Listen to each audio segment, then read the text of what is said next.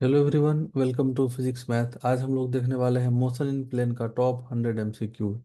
और ये part one है। Very very important for class 11 and NEET. JEE Mains के लिए भी बहुत सारा पोर्शन इसका इंपॉर्टेंट है। इसमें हम लोग एनसीईआरटी एग्जाम्पलर का ऑलमोस्ट सारा क्वेश्चन कवर करेंगे जो कि मोशन इन प्लेन से रिलेटेड है। और भी कुछ एक्स्ट्रा एमसीक्यू इसमें डिस्कस करेंगे। तो जो कि काफ़ी इंपॉर्टेंट होने वाला है आपके एग्जाम के लिए, बेसिक के लिए पूरा आप लोग का मतलब एक बूस्ट करेगा, बेसिक काफ़ी स्ट्रॉन्ग कर देगा। चलिए स्टार्ट करते हैं हम लोग आज का क्वेश्चन। पहला क्वेश्चन है, देखिए। बोल रहा है, at the top of the trajectory of a projectile the directions of its velocity and acceleration are. तो प्रोजेक्टाइल का हम लोग को पता है ना, अगर इसको हम लोग थ्रो करते हैं तो ये ट्रेजेक्टरी होता है। तो टॉप पॉइंट पर इसका वेलोसिटी का सिर्फ हॉरिजॉन्टल कंपोनेंट होता है, एक्स कंपोनेंट। और ये होता है यू कॉस थीटा, अगर इसका एंगल ऑफ प्रोजेक्शन थीटा है। थीटा एंगल ऑफ प्रोजेक्शन है और यू स्पीड है। बट एक्सलेरेशन इसका होता है ऑलवेज वर्टिकली डाउनवर्ड। ये एंगल जो हो जाता है 90 डिग्री हो जाता है टॉप पर, horizontal component of velocity and acceleration में। तो ये क्या हो जाएगा, परपेंडिकुलर हो जाएगा दोनों, horizontal component and acceleration. Velocity and acceleration are perpendicular to each other. Option D इसका करेक्ट हो जाएगा और सब ऑप्शन रॉन्ग है। देन देखिए नेक्स्ट क्वेश्चन है, a projectile is given an initial velocity I cap plus 2 j cap metre पर second, where I cap is along the ground and j cap is along vertical. If g is 10 meter per second square, then the equation of its trajectory is।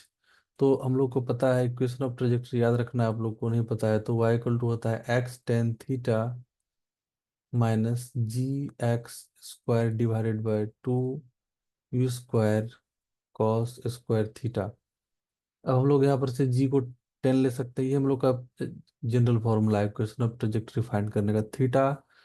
और यहाँ पर you हम लोग को पता करना पड़ेगा। तो ये जो इक्वेशन दिया हुआ है, वेलोसिटी दे दिया हम लोग को, इनिशियल वेलोसिटी, यू का वैल्यू दे दिया है I cap plus 2 j cap metre पर सेकेंड। तो उसका हम लोग मैग्नीट्यूड अगर ले लेंगे यहाँ से, तो ये आ जाएगा स्क्वायर रूट ऑफ 1 का स्क्वायर प्लस 2 का स्क्वायर। तो ये स्क्वायर रूट ऑफ 5 आ जाएगा यहाँ से। हम लोग इसको यहाँ पर यूज करेंगे। और इसका एंगल टेन थीटा हम लोग यहाँ से अगर लिखेंगे तो वर्टिकल कंपोनेंट जो 2 है divide by horizontal component x axis के लॉन्ग 1 है। सो टेन थीटा का वैल्यू आ गया 2। तो यहाँ से हम लोग कॉस थीटा भी लिख सकते हैं। टेन थीटा होता है परपेंडिकुलर बाय बेस, तो इसका 2/1 तो मतलब बेस 1 है। और हाइपोटेन्यूज चाहिए हम लोग को, हाइपोटेन्यूज क्या हो जाएगा, यहाँ पर से देखिए 2 है यहाँ पर परपेंडिकुलर और बेस है 1, तो 2 स्क्वायर प्लस 1 स्क्वायर। तो ये हम लोग को कॉस थीटा आ जाएगा यहाँ से 1/√5। तुम लोगों को कॉस थीटा का वैल्यू मिल गया टेन थीटा से, आप नॉर्मल ट्रिग्नोमेट्री अप्लाई कर सकते हैं। परपेंडिकुलर 2 है, बेस 1 है, तो हाइपोटेन्यूज हो जाएगा ना square root of 1 square plus 2 square. तो बेस बाय हाइपोटेन्यूज कर दिए हम लोग, यहाँ पर कॉस थीटा मिल गया। अब इसमें हम लोग पुट कर लेते हैं y equal to x tan theta. X ऐसे रहेगा, टेन थीटा का वैल्यू है 2 माइनस जी, जी का वैल्यू 10 ले लेते हैं, इंटू एक्स स्क्वायर। देखिए जस्ट हम लोग पुट कर रहे हैं इसमें, divide by 2 u square. You square मतलब √5 का square into cos square theta. So cos square theta means 1/√5 cos theta है इसका स्क्वायर। तो हम लोग को यहाँ से y का वैल्यू आ गया यहाँ से 2x माइनस, इसको सॉल्व करेंगे तो यहाँ पर 5x स्क्वायर हो जाएगा। ये 2 से 10 कट जाएगा 5, और यहाँ पर एक 5 रहेगा इंटू, यहाँ पर ये स्क्वायर हो गया तो 5 हुआ, और यहाँ पर भी 5 आएगा 1/5। ये कैंसिल हो जाएगा। So y equal to 2x minus 5x square. ये इक्वेशन ऑफ ट्रेजेक्टरी आ गया। तो जो कि ऑप्शन बी में है, ये करेक्ट है। यहाँ पर सिंपल, आप लोग कन्फ्यूजन नहीं होना चाहिए, टेन थीटा से कॉस थीटा कैसे निकाले हैं। कन्फ्यूजन होता है तो ट्रायंगल बना करके आप लोग निकाल सकते हैं। परपेंडिकुलर यहाँ पर 2 है और बेस है 1, तो हाइपोटेन्यूस हो जाएगा √5, और ये एंगल थीटा है। तो कॉस थीटा आप लिख सकते हैं यहाँ से, बेस बाय हाइपोटेनियस, बेस है 1 और हाइपोटेनियस है √5।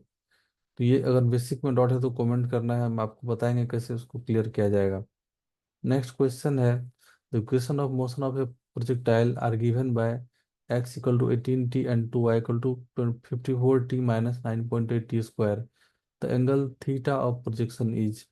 तो हम लोग देखिए इक्वेशन यहाँ पर यूज करेंगे, 2y equal to 54t minus 9.8t square. So y का वैल्यू कितना हो जाएगा, 27t माइनस 4.9t स्क्वायर। अब हम लोग को एंगल फाइंड करने के लिए t एलिमिनेट करना पड़ेगा, तो इक्वेशन हम लोग को दिया हुआ है साइड में देखिए, x इक्वल टू 18t, तो t का वैल्यू आ जाएगा x/18, हम लोग यहाँ पुट कर लेंगे, y equal to 27 into x/18 minus 4.9 into t का वैल्यू कितना हो जाएगा, x/18 का स्क्वायर। सो y का वैल्यू यहाँ पर हो जाएगा 9x/2 minus 4.9 x square by, यहाँ पर 18 स्क्वायर शायद 354 होता है, कोई प्रॉब्लम नहीं है, चलेगा। सो y इक्वल टू यहाँ से आ गया 4.5, 9/2 दैट इज 4.5। सो 9/2 हम लोग 9/2 भी ले सकते हैं, नो प्रॉब्लम, 9/2 भी हम लोग यहाँ पर लिख सकते हैं, 9/2 x minus 4.9 x square divided by 354। तो ये हम लोग को मिल गया। अब इसको हम लोग कंपेयर करेंगे, equation y equal to x, यहाँ पर हम लोग देखिए थोड़ा सा मिस्टेक किए कैलकुलेशन में, यहाँ पर 3 हो जाएगा, यहाँ पर 2 हो जाएगा, ये 3/2 होगा, 9/2 नहीं होगा, ये 3/2 हो जाएगा, कैलकुलेशन यहाँ पर करेक्ट कर लेना है। सो 3 बाई, हम लोग का इक्वेशन क्या होता है ट्रेजेक्टरी का, उसको हम लोग यहाँ पर राइट डाउन करते हैं और कंपेयर कर लेंगे। इक्वेशन ऑलमोस्ट मिल चुका है, ये 3/2 है, नॉट 9/2। चलिए इसको हम यहाँ पर करेक्ट कर ही देते हैं, कन्फ्यूजन नहीं रहना चाहिए, बिल्कुल भी नहीं। तो ये कैंसिल होकर के 3/2 x, यहाँ पर भी 3/2 x। अब इसको हम लोग कंपेयर कर लेंगे स्टैंडर्ड इक्वेशन से, y equal to x tan theta minus g x square divide by 2u square cos square theta. तो देखिए x का कोफिशिएंट 3/2 है और वो टेन थीटा होता है, हम लोग यहाँ से लिखेंगे टेन थीटा इक्वल टू 3/2, और हम लोग बोल सकते हैं tan theta equal to 1.5। So theta equal to हो जाएगा टेन इनवर्स 1.5। तो ये ऑप्शन बी में है, ऑप्शन बी करेक्ट हो जाएगा। बस कंपेयर कर देना है स्टैंडर्ड इक्वेशन से ट्रेजेक्टरी का। नेक्स्ट क्वेश्चन है, बोल रहा है football player throws a ball with a velocity 50 metre पर second at an angle 30 degree from the horizontal, the ball remains in air for what time. तो ये टाइम ऑफ फ्लाइट बेसिकली पूछ रहा है, तो टाइम ऑफ फ्लाइट जो रहेगा वही एयर में उतना देर रहेगा, तो ये 2u sin θ/g होता है इसका वैल्यू। टाइम ऑफ फ्लाइट हो गया हम लोग का 2, और u का वैल्यू यहाँ से 50 है, साइन 30 डिग्री, यहाँ से हम लोग पुट करेंगे साइन 30 डिग्री, डिवाइड बाई जी का वैल्यू 10 ले लेते हैं, गिवन भी है 10। सो 2 इंटू 50 sin 30 1/2 डिवाइड बाई 10, ये 5 आ गया, और ये सॉल्व होके 5 आ गया, 2 और 2 कैंसिल हो जाएगा।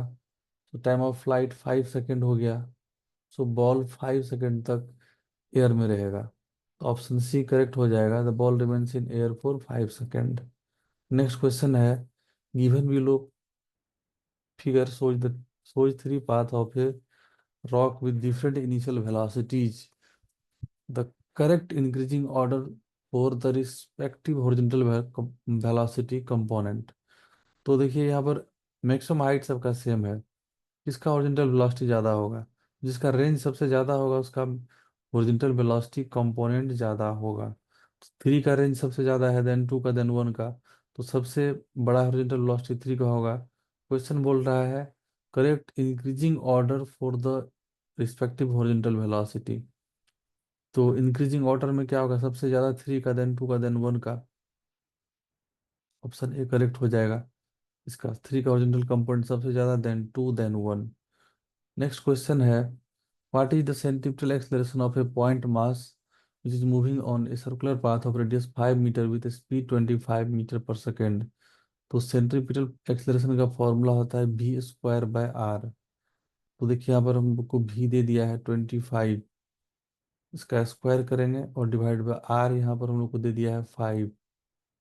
ये 25 × 5, 25 डिवाइडेड बाय 5। तो सेंट्रीपिटल एक्सेलरेशन एसी आ गया यहाँ से 125, और ये मीटर पर सेकंड स्क्वायर होगा। तो ऑप्शन ए करेक्ट हो जाएगा इसका। नेक्स्ट क्वेश्चन है, displacement of a particle moving on a circular path when it max 60 degree at the centre. Question बोल रहा है displacement of particle moving on a circular path. तो चलिए हम लोग एक डायग्राम बनाते हैं।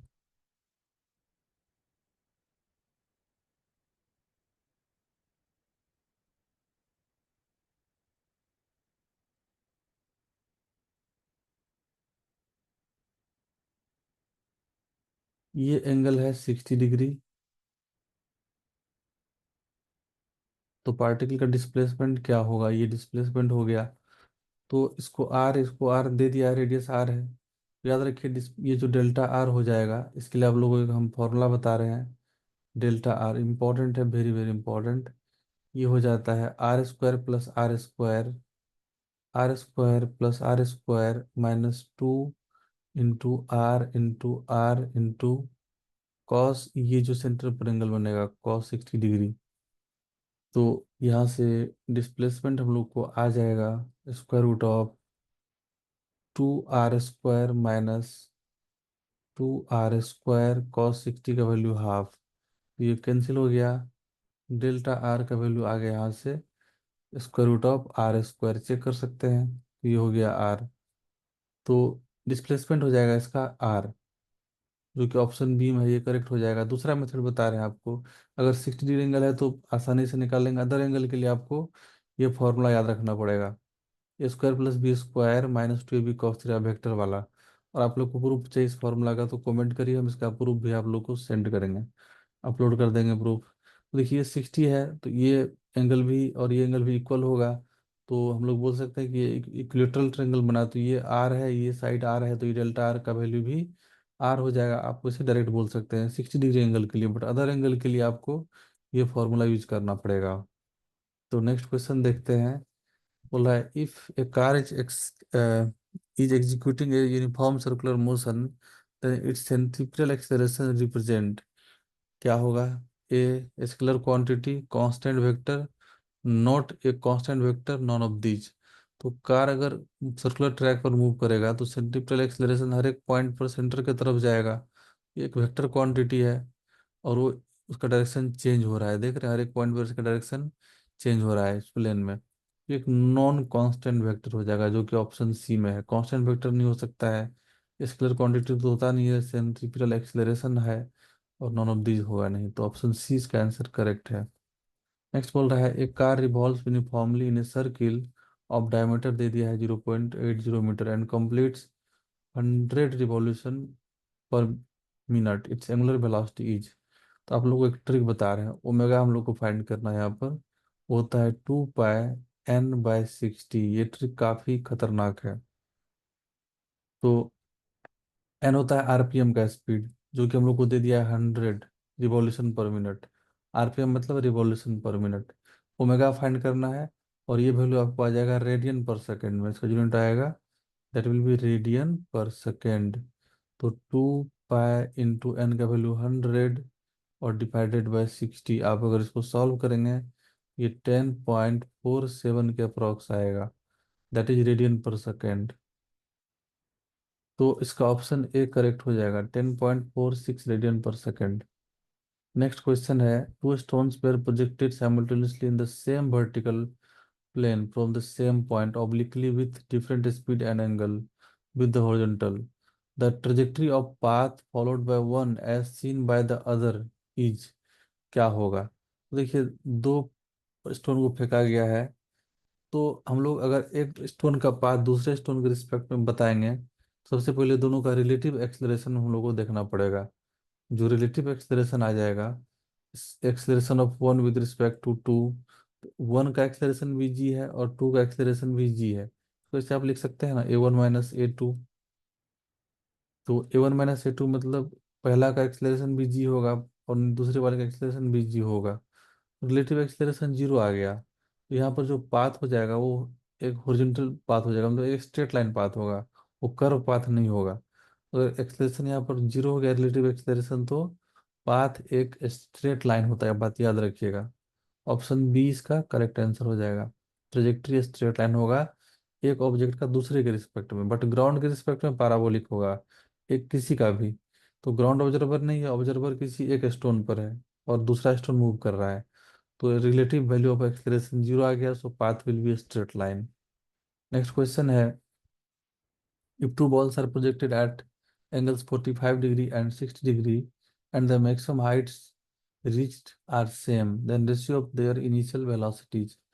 तो देखिए को 45 पर प्रोजेक्ट किया है, तो H1 हम लोग पहले लिखते हैं, हॉरिजॉन्टल रेंज का फॉर्मूला यहाँ लिख लेते हैं, सॉरी मैक्सिमम हाइट का होता है U² sin² θ/2g। अब पहले के लिए हम लोग U1 बोल रहे हैं, स्पीड U1² साइन कितना एंगल से पहला को प्रोजेक्ट किया 45 degree, sin² 45 degree divided by 2g। और दूसरा प्रोजेक्टाइल का मैक्सिमम हाइट H2 बोल दे रहे हैं, U2² sin² 60 degree divided by 2g। अब ये बोल रहा है H1 H2 सेम है, सो U1² इंटू 1 बाय, ये sin 45 का वैल्यू 1/√2 होता है, स्क्वायर 1/2 हो गया डिवाइडेड बाई 2g, और ये हो गया U2² और ये हो गया 3/2। sin 60 √3/2 था, स्क्वायर उसका आ गया 3/2 डिवाइड बाई 2g। सो यहाँ से U1² 1/2 U1² हो जाएगा यहाँ से 3/2 U2²। तो यहाँ से टू और टू कैंसिल हो गया, हम लोग यहाँ से देख सकते हैं U1² equal to 3 into U2²। So U1/U2 यहाँ से आ जाएगा √3। तो रेशियो कितना हो जाएगा यहाँ से, हम लोग का रेशियो मिल जाएगा यहाँ पर, एक जस्ट 1 सेकेंड, ये 3² बाय 4 होगा एक्चुअली, √3/2 होता है, तो ये 3/4 होगा। तो यहाँ पर एक 3/4, तो ये यहाँ पर एक 2 रहेगा टर्म, तो √3/√2 आ जाएगा ये। sin 60 √3/2 होता है, स्क्वायर 3/4 होगा, यहाँ पर एक 2 हम लोग का और रहेगा। सो रेशियो आ गया हम लोग का √3/√2। जस्ट ये कैलकुलेशन को आप लोग करेक्ट कर लीजिए। sin 60 का वैल्यू √3/2 होता है, स्क्वायर √3/4। सो √3/√2 जो कि ऑप्शन बी में है, ये करेक्ट हो जाएगा। नेक्स्ट क्वेश्चन है, figure shows the orientation of two vectors u and v in XY plane. If u दे दिया है AI cap plus BJ cap and v दे दिया है PI cap plus QJ cap, which of the following statements is correct. तो ये NCERT exemplar का है, देख लीजिए, आप लोग को बोले हैं कि एनसीईआरटी एग्जाम्पलर का ऑलमोस्ट सारा क्वेश्चन कवर किया जाएगा इस 100 MCQ में। तो यू है फर्स्ट क्वाड्रेंट में, उसका ए और बी दोनों पॉजिटिव होगा, ए भी पॉजिटिव बी भी पॉजिटिव। तो हम लोग ऐसे लिख सकते हैं ए पॉजिटिव है बी भी पॉजिटिव है। अब भी का देखिए एक्स एक्सिस, ये फोर्थ क्वाड्रेंट में है, फोर्थ क्वाड्रेंट में एक्स पॉजिटिव वाई नेगेटिव, तो P positive and Q negative. तो ऐसा ऑप्शन कौन सा है जिसमें A B and P positive but Q negative. तो A P and B are positive while Q negative, option B में है, बी करेक्ट हो जाएगा। नेक्स्ट क्वेश्चन है, two cars of mass m1 and masses m1 and m2 are moving in a circle of radii r1 and r2 respectively. Their speeds are such that they make complete circle in same time t. The ratio of their centripetal acceleration is। तो चलिए हम लोग पहले देख लेते हैं, पहले का टाइम पीरियड कितना हो जाएगा, 2πr1/v1, और दूसरे का टाइम पीरियड हो जाएगा 2πr2/v2। v2। बोला speeds are such that make complete circle in same time t। तो t1 t2 सेम हो जाएगा, t1 इक्वल टू t2, कुछ बोल दिया है मेक्स कंप्लीट सर्किल इन सेम टाइम। तो अब हम लोग यहाँ से 2 पाई r1/v1 इक्वल टू बोल देंगे 2 पाई r2/v2। तो यहाँ से हम लोग को क्या मिल गया, r1/v1 इक्वल टू r2/v2। ये रिलेशन हम लोग यूज करेंगे। अब ratio of centripetal acceleration, centripetal acceleration होता है v² बाय r। ये हो जाएगा v1², दोनों का रेशियो निकालना है। तो a1 पहले का एक्सेलरेशन हो जाएगा v1² बाय r1, और दूसरे का एक्सेलरेशन हो जाएगा सेंट्रीपिटल v2² बाय r2। अब दोनों का रेशियो ले लेंगे, अगर हम लोग यहाँ से a1/a2 कर लेते हैं तो v1² बाय r1, और यहाँ से रेशियो हो जाएगा रेसिप्रोकल r2/v2²। तो इसको यहाँ लिख लेते हैं हम लोग यहाँ से। तो देखिए r1/r2 यहाँ पर क्या आ जाएगा, यहाँ पर सॉरी v1² बाय v2², यहाँ से v1/v2 को हम लोग लिख सकते हैं ना इस इक्वेशन से। v1/v2 हम लोग को मिल जाएगा यहाँ पर r1/r2। तो v1² बाय v2² का वैल्यू हम लोग यहाँ लिख देते हैं। यहाँ पर हम लोग इसको एक काम करते हैं, ये वाला इक्वेशन को इधर ले आते हैं। तो एस a1/a2 हम लोग इसको लिख सकते हैं v1² bye v2² into r2/r1। सो v1² बाय v2² का वैल्यू हम लोग यहाँ से लिख सकते हैं ना, r1/r2 whole square into r2/r1।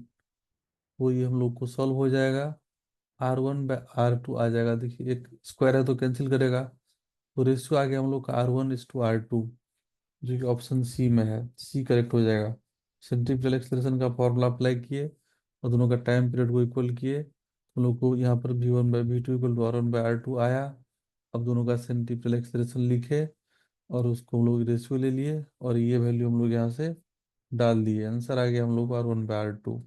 Next question है, जो the following statement is correct. बहुत सारा स्टेटमेंट है। बोल रहा है a scalar quantity is one that is conserve in process. गलत बात है, चेंज कर सकता है प्रोसेस में। A scalar quantity is the one that can never take negative value, लेता है negative value of course. A scalar quantity is one that does not vary from one point to another point in space, ये very करता है एक point से दूसरे point में। Fourth है scalar quantity has the same value for observers with different orientation of axis, ये important है, ये और ये सही भी है। और ये सब गलत है, यहाँ पर चेंज होता है। जैसे कि स्पीड का एग्जांपल ले लीजिए, स्पेस में चेंज हो सकता है वो एक पॉइंट से दूसरे पॉइंट में। नेगेटिव वैल्यू स्पीड का, यहाँ पर हम लोग या कोई ऐसा वैल्यू लेते हैं, बहुत सारा स्केलर क्वांटिटी जिसका वैल्यू नेगेटिव भी होता है, और ये कंजर्व नहीं रहता है, प्रोसेस भी चेंज कर सकता है। जैसे मास अगर हम लोग लेंगे और उसका मास सपोज चेंज हो रहा है, जैसे कोई एक सिस्टम है और वो रिजिड सिस्टम नहीं है, तो उसका मास चेंज होते रहेगा। तो ये सब ऑप्शन ए बी सी गलत है, सी करेक्ट है। नेक्स्ट हम लोग का क्वेश्चन है, देखिए बोला the direction of instantaneous velocity is shown by. तो इंस्टेंटेनियस वेलोसिटी जो होता है पोजीशन टाइम ग्राफ का टेंजेंट होता है, वो एक कॉर्ड नहीं होता है। तो ए और बी में कॉर्ड है, देखिए P1 P2 को ज्वाइन करने वाला लाइन, सिर्फ सी में एक टेंजेंट है। तो ऑप्शन सी करेक्ट हो जाएगा। याद रखिएगा instantaneous velocity position time graph का ऑलवेज एक टेंजेंट होता है, नोट कॉर्ड। ये कॉर्ड कैंसिल हो गया, और ये तो होगा नहीं, फिर तो ऑप्शन सी इसका आंसर होगा। नेक्स्ट क्वेश्चन बोल रहा है position position vector R of a particle be located in a plane with reference to the origin of an XY plane as shown in figure below is given by. Position vector क्या होगा, देखिए x में 2 unit है, Y में 4 unit है, तो ये simply हो जाएगा 2i cap plus 4j cap. बहुत आसान है, एक्स में 2 वाई में 4, तो ऑप्शन ए करेक्ट हो गया। नेक्स्ट क्वेश्चन है, बोल रहा है consider a vector A that lies in xy plane if ax and ay are the magnitudes of its x and y component respectively, then the correct representation of a can be। तो देखिए यहाँ पर theta angle है, तो ये a cos theta I cap और ये a sin theta I J cap, ये 90 माइनस एंगल पर, तो ये सही है, उसका ऑप्शन ए सही है। अब बी को भी चेक कर लेते हैं। ये थीटा एंगल पर यहाँ पर कॉस होना चाहिए था, बट साइन दिया है, गलत है। यहाँ पर थीटा एंगल पर फिर साइन ले लिया है, तो ये भी गलत है, ये भी गलत है। थीटा एंगल पर कॉस आता है और अदर एंगल पर 90 माइनस एंगल पर साइन आता है, तो ये करेक्ट हो जाएगा। और डी भी गलत है, तो करेक्ट ऑप्शन हो जाएगा इसका, कंपाउंड में ब्रेक करेंगे तो एक्स एक्सिस में हो जाएगा। थीटा एंगल है तो ए कॉस थीटा, और वाई एंगल है 90 माइनस थीटा, तो A cos 90 minus theta that is A sine theta. So option A correct. Next question है, suppose a particle moves along a curve shown by the thick line and the position of particle are represented by p at t and p dash at t dash, where coordinate of p दे दिया है 4 3 and p dash है 7 6। Net displacement of the particle will be, displacement होता है final minus initial का coordinate. तो final है 7 6, 7 7 6, और दूसरा है इनिशियल वाला है 4 3। तो चलिए हम लोग डिफरेंस ले लेते हैं। 7 - 4 आई कैप प्लस 6 - 3 जे कैप, ये हो गया हम लोग का डिस्प्लेसमेंट वेक्टर। सो ने डिस्प्लेसमेंट वेक्टर हम लोग आ गया। फाइनल माइनस इनिशियल कोऑर्डिनेट करना है। फाइनल कोऑर्डिनेट एक्स 7 है, इनिशियल 4 है, तो 7 - 4 आई कैप। फाइनल वाई कोऑर्डिनेट 6 है, इनिशियल 3 है, 6 - 3 जे कैप, तो एस आ गया हम लोग का 3 आई कैप प्लस 3 जे कैप, जो कि ऑप्शन डी में है, तो इसका डी करेक्ट हो गया। तो ये इसका पार्ट 1 था। पार्ट 2 भी इसका आ गया होगा, या आ चुका है, मतलब आएगा। तो आप लोग उसको देखिए प्लेलिस्ट में, और अगला वीडियो में हम लोग मिलते हैं, देखते हैं फिर कुछ अच्छा क्वेश्चन के साथ, पार्ट 2।